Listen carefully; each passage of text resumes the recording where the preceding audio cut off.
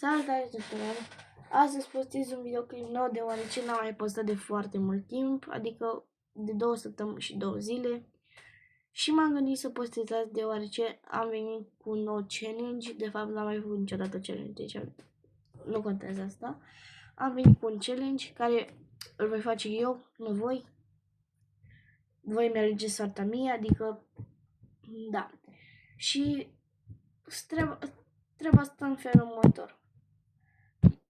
Voi dați cu câte mai multe vizionări, cu atât de mult o să mănânc dintr-o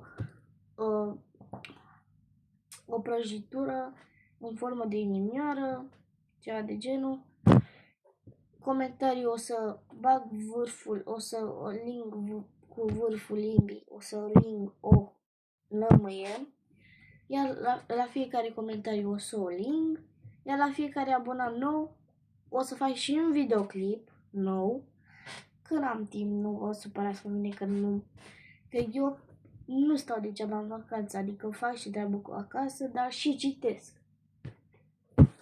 Tocmai ieri am terminat o carte, azi am început pe asta, așa că eu nu stau degeaba în aceste zile. Nu știu dacă voi stați, adică, de exemplu, dacă voi sunteți în grupele mici, nu cred că aveți teme decât foarte puține.